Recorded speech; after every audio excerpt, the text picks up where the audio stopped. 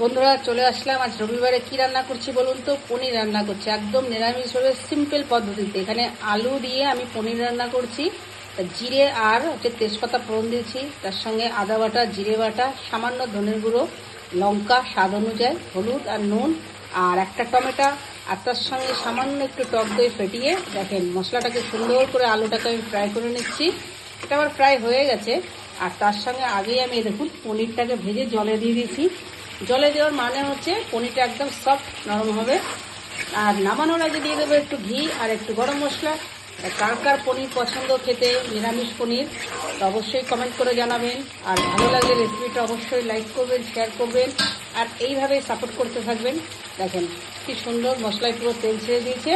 এখানে আমি সামান্য জল দেবো, বেশি জল দেবো না, দিয়ে পনিরটা দিয়ে 2-3 মিনিট ফুটিয়ে ব্যাস কমপ্লিট আমার রান্না। ভালো লাগলে অবশ্যই এভাবে সাপোর্ট করুন। দেখুন।